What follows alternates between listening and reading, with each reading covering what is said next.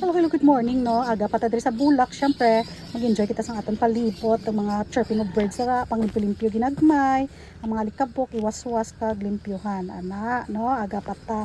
At syempre, aga pa ta ma-prepare sang food si Madam kay araw ng kagitingan. Shout out sa mga nanay and tatay dira na magigiting. Loto ta pasayan, ang kati paborito ta na, no? Dua ka bilog, kay syempre, duwa lang man kami hindi na makaya ubuson kung damuon. Kaya naghimo ko sang pancake nan ara na ang butter di ready na kag syempre ang akong gihimo nga pang pancake mixture na kon. So ara na baliktaron na naton kung luto ng other side amo na kagamay ang gingluto ko kag syempre may palibot-libot na kuha.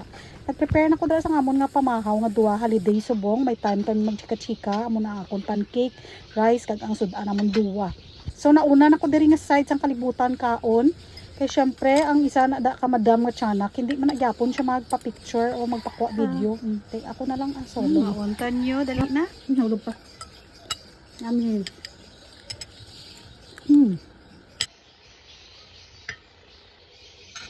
Sarap. Very soft and crunchy. Maski ano available nyo da, pwede nyo butang sa pancake nyo. Take may available ko diya nga natela lang yung butang ko. Take kauntan nyo ah.